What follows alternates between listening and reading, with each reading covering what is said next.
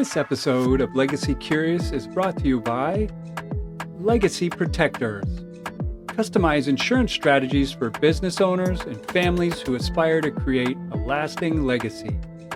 Hello there, and welcome to Legacy Curious, the show where we explore what it really means to protect, grow, and pass on everything you've worked so hard to build. I'm your host, David Gravelle. I'm a life insurance strategist, business legacy coach, and founder of Legacy Protectors.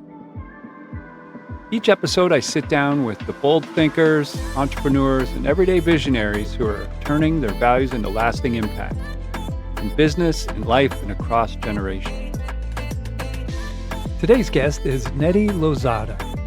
She's a transformational strategist, spiritual integration coach, and founder of Soulful Sojourners, a company devoted to guiding women in creating lives of deep purpose, authenticity, and spiritual alignment. With a master's degree in transpersonal psychology, decades of experience in transformational work, and certifications in coaching, spiritual integration, and other integrative modalities, Neidy brings a rare blend of psychological rigor, sacred wisdom, and strategic clarity to her work. She is the creator of two proprietary coaching frameworks, the SOJOURN Coaching Model and the SIM Method, each designed to bridge the realms of soul and strategy. The SOJOURN Model offers a comprehensive, theory-grounded path for personal and professional transformation, while the SIM Method, Soul Accord, Imprint, Map, guides individuals through a multidimensional process of aligning their deepest truth with lasting external impact. Drawing from sacred wisdom traditions, narrative identity work, humanistic and transpersonal psychology, and embodied practices, Neidy helps clients reclaim their voice, power, and legacy. Her approach honors both the spiritual depth and the strategic execution needed to create meaningful, sustainable change. Neidy's work is rooted in the belief that personal growth is a sacred journey, one that calls us to remember who we are beneath the roles, to reconnect with our inner wisdom, and to lead lives that truly matter. Through her signature programs, including Living Imprints and the Spirited Entrepreneurs Empowerment Network, SEEN, she empowers women to awaken, align, and amplify their presence and impact in the world.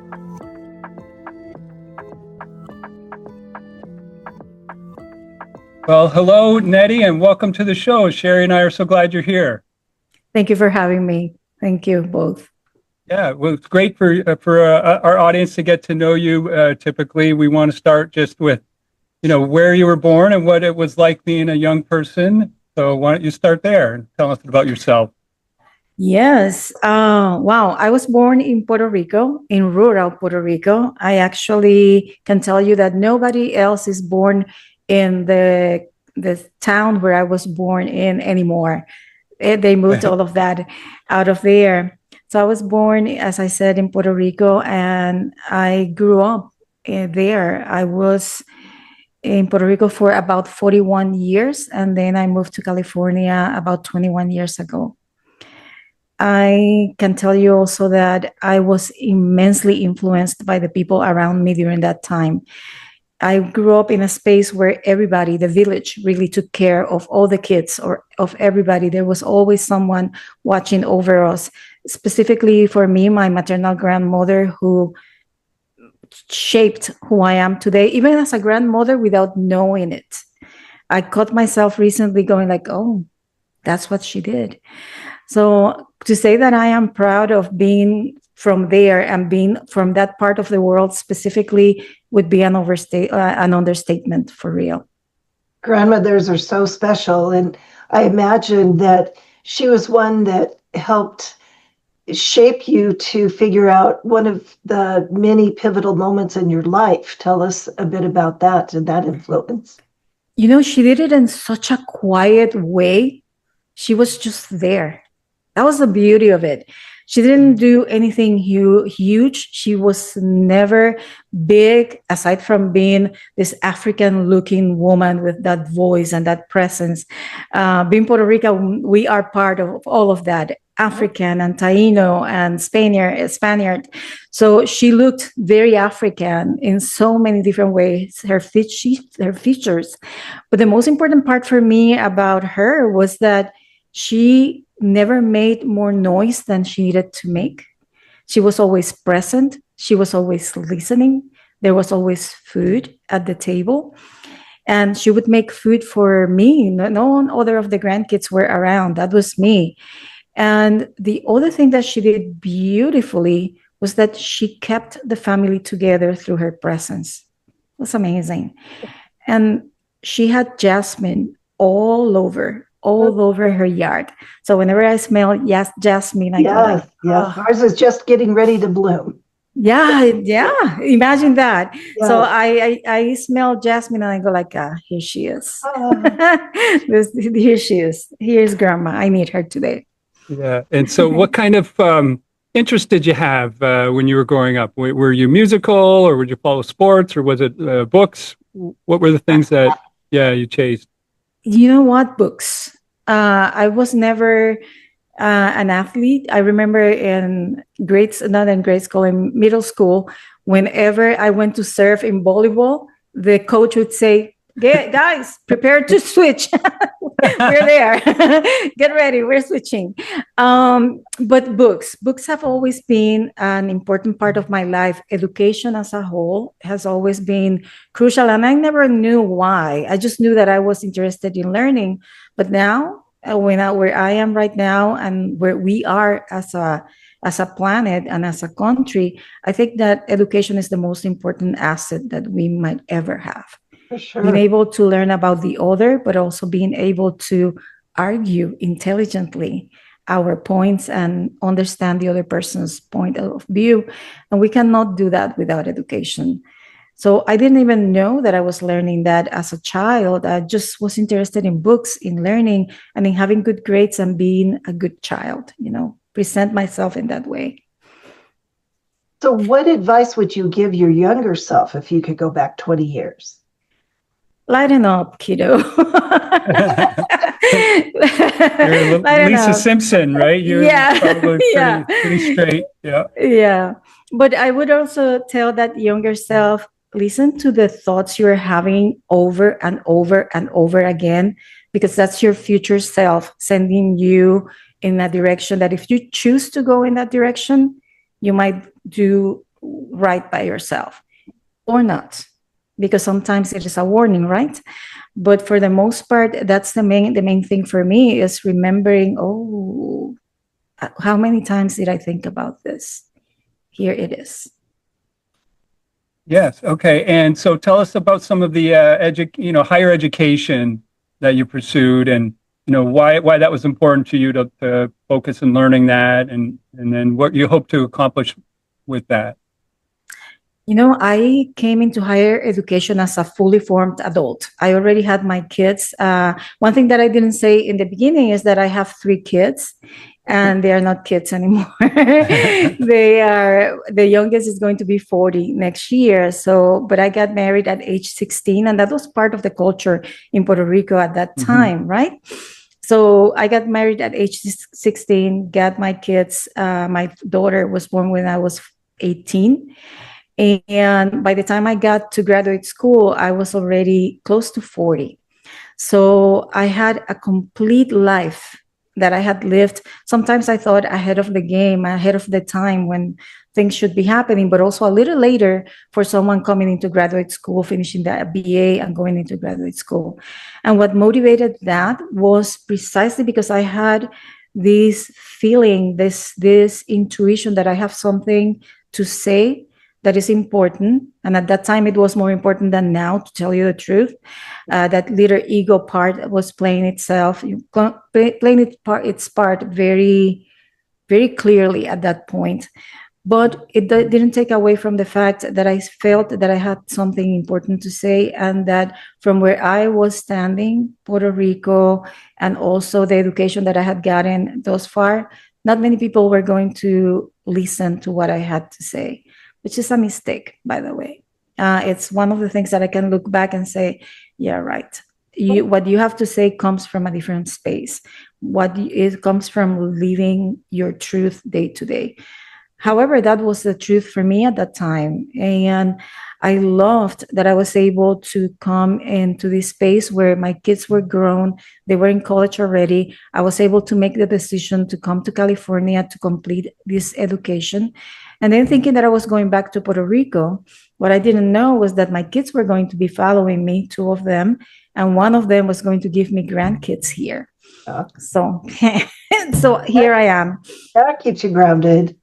Yeah. So that's part of, I guess, the explanation of your original vision when you started your business. Tell us a bit more about that you went to school here, and then what was your grand vision when you decided to start your business? I didn't even know that I had a grand vision. This is what I knew. My priorities had shifted. They changed completely. I had been working nonstop for a long, long time. And the last almost 20 years at the time, the last 17 years at the time, in reality, I had been working in one city and commuting. And if you know anything about the Bay Area, David, you know very well, you know that Elk Grove and the Sacramento area and San Jose, those are almost 2.5 to 3 hours drive each way. So I was living in Elk Grove at some point, working in San Jose, commuting and doing all of this huge stuff. And then the pandemic hit. And that shifted everything for me. Not the pandemic itself, but the shutdown really informed me and gave me a little bit of space to say, oh, wait, this is not how I want to live anymore. This is contrary to what I have been dreaming when I have been thinking of things as I drive, as I walk through the hallways of the places that I have been working at. I am imagining a completely different life. So with that information and the reality that my health was impacted by all of that driving and the sedentary nature of that, I came to a point in which I really needed to sit down. Literally, I had 2 surgeries back-to-back, foot surgeries back-to-back that grounded me. So there was no high heels running on them or driving or going anywhere. So that prompted the realization that I needed to go somewhere. For me, being who I am, I needed to go somewhere. And that was within. So from that space, I began looking at the questions that I had been asking myself all along, the dreams that I had been having, the vision of a different life that I had been having. And all of a sudden, before I knew it, I was sitting in meditation and I heard the words literally, Soulful Sojourners, LLC. 3 times. I love it when the universe speaks and you're able to hear it. Yes. Man, even the LLC. Wonderful, right? Yeah. Yeah. Good for you. Even the LLC, I was like, okay, so I don't have to look for a designation. I was given the designation as well. But the truth of the matter is that when I began asking the question as to what I wanted to do with that information, what came up was that I was a woman in my 50s, late 50s at that. I had a beautiful education, tons of experience. I had been in front of counties, 26 counties in California, doing my job, doing my work. And I knew that there were many, many other women going through the same. Coming to that space in life when you go like, then now what? I don't want to go back to that office or to that way of life. What is next for me? And slowly but steadily, as I began asking those questions and sitting down and listening to the answers, I began looking and seeing that path. And it wasn't completely clear. All I knew was that I had a company that was registered because I acted very quickly. And then I began looking for the pieces that belonged to that company. Where are the certifications that I might still miss, that I might be missing? although I have all of this education, I am into education. So what certifications am I missing? So I went on that path. What is it that I want to be doing? Who is it that I want to be with? So I began talking with women from all over the world, and all of them had the same thing. Brilliant, visionaries, not ready to retire in the sense that being put out to pasture, as we say. They were vibrant women seeking their next gig. And it was something that they wanted to do for themselves, not for anybody else. No kids, no husband, no nothing but themselves. And they were all dealing with the same issue, and it was visibility.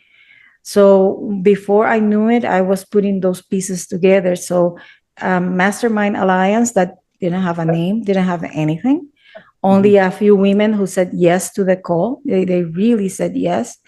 And also those points, those moments, and those little stakes in the ground that say, okay, we have something that we're going to build here. I chose my chair, as I say. I went like, okay, this is the chair that I want, but I didn't have anything else. No table, and not even a blueprint for the table. I just knew that I had women around me who were willing to sit with me and grow together. And that took a life of its own. Before I knew it, all of my clients I get by word of mouth, really. Sure. Yeah. In every single way, because people come my way in that way. Someone liked what they see, and they invite someone else to meet, as we did with Nino. Exactly. Right. Yeah, that's right. And that's to me, the most powerful, business networking is to just recommend the people that you value, and for them to do the same, to find the people that are on the same journey as you, that you want to support, that you admire. So I'm glad to add you to that, category that my life is enjoying. So tell us a bit more about your website and the resources available, and how your clients interact with you. It's soulfulsojourners.com, which we'll have in the description, and other links. But talk to us about that. Yeah, I chose that name, as I said, because it was given to me. But the truth of the matter is that Soulful Sojourners is a place where what we do is twofold, basically, is working on creating the strategy for someone's transition from wherever they are to wherever they want to be. That's the name of the game. And because that's who I am also as a person, I am, and as a professional, I like strategy. Even if I put it to the side and go skydive, doesn't matter. But the strategy, the map, is on something that I value. So that's the first thing that we work on. And the other side of Soulful Sojourners is that I believe that everything we do has a spiritual component, and that when we sit with that opportunity to bridge, and not even bridge, I think that we have no way of walking away from the spiritual side of our lives, even if we want to. But that's what I do. What I do is that I give people the opportunity to bring who they are across the board into the fold and into the work that we do. Some things that have been happening as a result of my work of the last almost 3 years with the company is that I simply decided that I cannot, one of the reasons why I didn't go into a license in therapy and in psychology was because I don't care about sitting with people for 20 years, listening to the same thing over and over and over again. Yeah. What would your business look like to you? What would success look like for you in your business in the next 20, 25 years? In the next 20, 25 years, I hope that I'm not working on this business, that I am fully retired. But the truth of the matter is that even in the next 5, 10 years, what I'm looking for is having a steady stream of clients who are willing to do the work. My way of being in the world and the way that I work is all about self-authorship, self-responsibility, but brutal, fierce self-responsibility. Not the self-responsibility that say, okay, my bad. No. The self-responsibility that is all about taking action, an aligned action at that. So if I can continue bringing people into that wavelength, into that way, into that type of mentality, and walk with them for a little bit, and I will answer your question, David, in a little more, with a little more care. The way that people come my way, as I say, is usually through word of mouth. And what I have done is that I created a survey that allows me to place people where they might be in the spectrum when it comes to stages of change. So when someone takes the survey, they will get their results, and I will also get those results. So if they want to work with me, I will have a sense for where I will place them. So people have different ways to enter the Soulful Sojourners ecosystem. There is the Living Imprints program, which is a 12-week program designed specifically for those who are ready to start, but they're not ready to go into the next big thing in their lives. These are people who, in the stages of change, reality or theory, they're in pre-contemplation, or what I call steering, or contemplation, basically. They know that something is not going well for them. They know that something needs to change, but they still don't know exactly what it is. And instead of paying for an expensive coaching program, they can go into this self-paced space for about 12 weeks. I'm giving people 120 days in total, because this is not about staying here for a year, just going and stopping and continuing. Then the other way that people have to come into Soulful Sojourners is through SEEN. SEEN is for women only, and it's the Spirited Entrepreneurs Empowerment Network. What this means is that a group of women, that group of women that I mentioned before, are welcoming of new people. Next year specifically, we are going to be opening the membership for the very first time to women who are either entrepreneurs. They might be developing their career. They might be leaders or aspiring leaders who want to find a way into creating the conditions for the next big thing.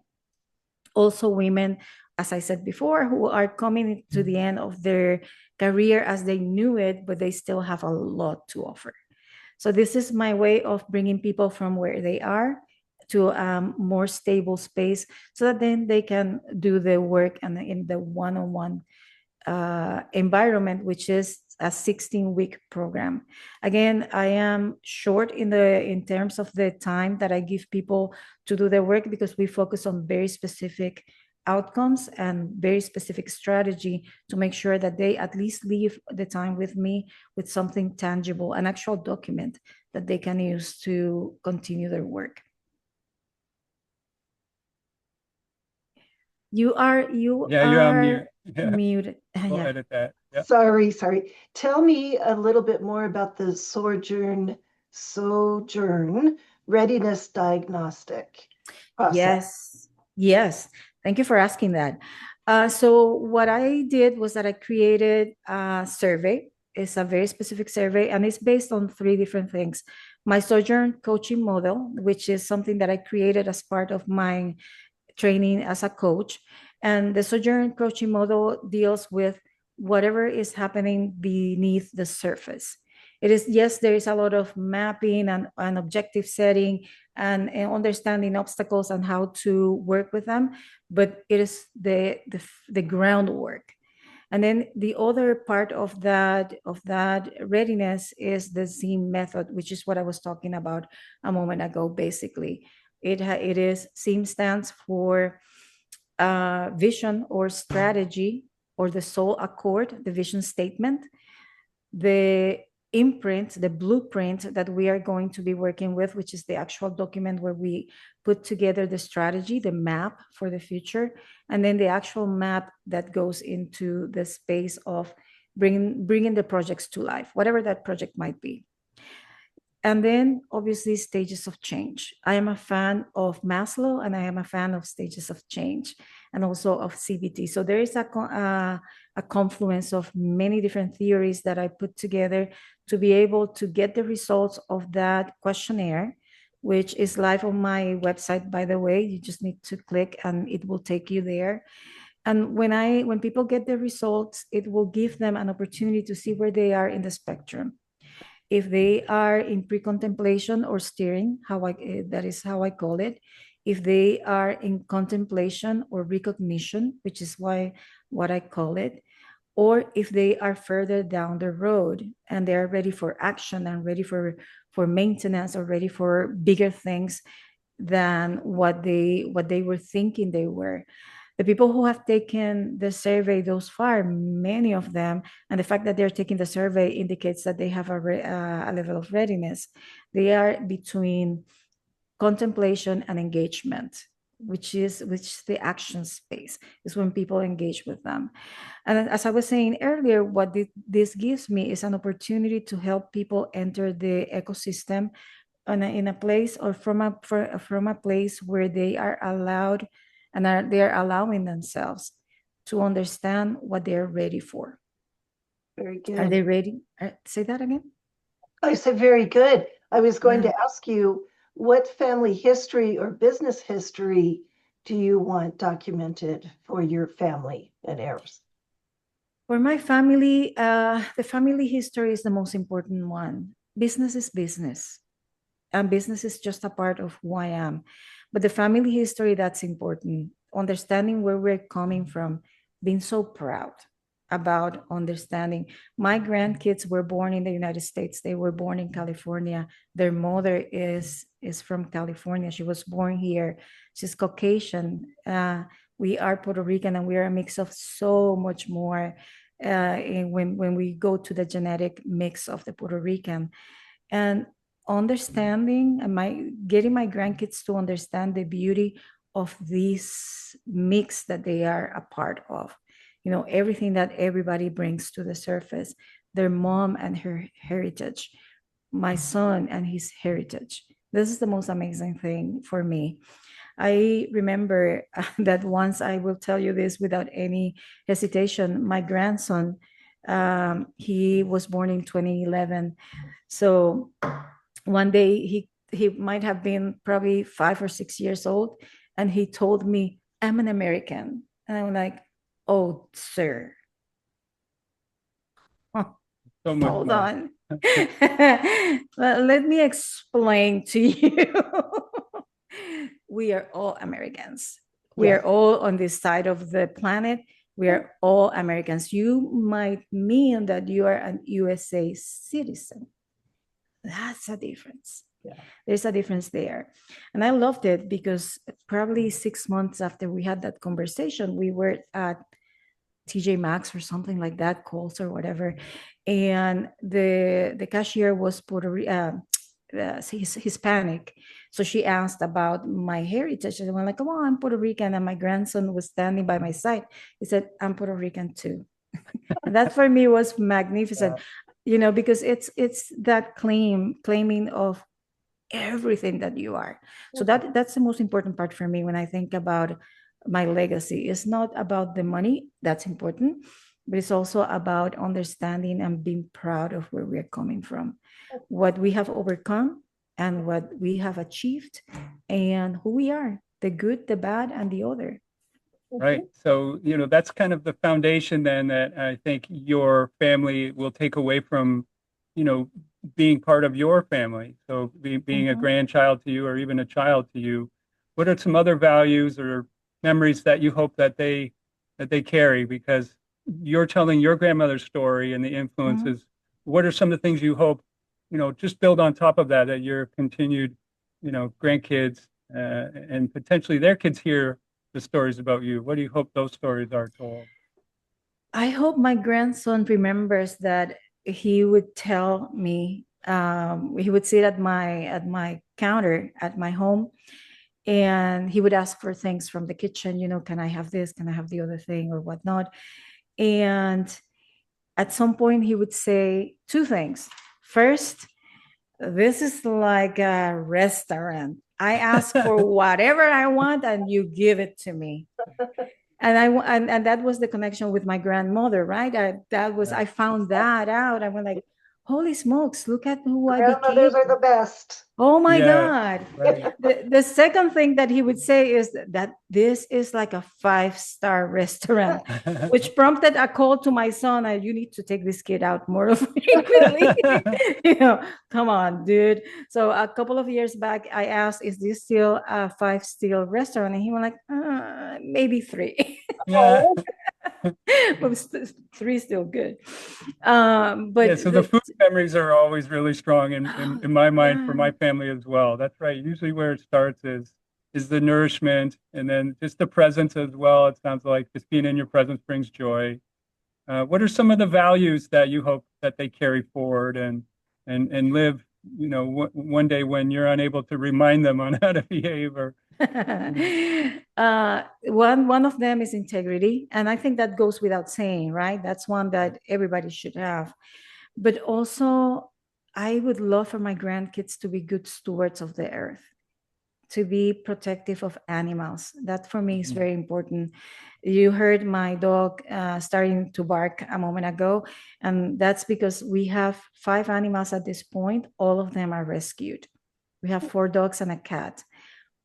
All of them except for 2 of them now, because we had more and they have died, but they were all born in Puerto Rico, so we bring them from there. Yeah, so that's important for me, and many of them we just take from the streets, and that's one of the things that I would like for my grandkids to see. You don't have to buy an animal, you don't have to do anything but being a good human. Pick a dog or a cat or whatever out of the streets, give them a home, find them a home. That for me is important. And also be proud. I think that that's another value that we not every time is understood in the way that at least I mean. Be proud of where you're coming from. Tell the story. right. Tell the story of where you learn the story of where you came from in all its parts, and then tell the story. Stand in pride for who you are in all of your parts. If they live like that, we did our job. Honestly, Right. did a job. Let me ask you, what philanthropic goals do you want your family to pursue in addition to taking Just living care good of lives, right? Right. good Yeah. life Just and on top of that. dogs Yeah. and cats off the street? I think that's wonderful. Just I think that's the biggest Yes. one for me. Yeah. I think if that is the legacy that I live, that connection to life, because it's more than just picking up a dog from the streets, right? Is respect for life Yeah. in all its forms. I moved, and I can give you this example. I moved from my house where I had been for 6 years, because I am going back to Puerto Rico, and I thought that I was going to be able to move very quickly, and that didn't happen the way I planned initially. But I didn't leave anything live at the house. I took all the plants, everything, and I rehomed the plants. And I haven't moved to Puerto Rico yet because I cannot move one of my dogs as easily.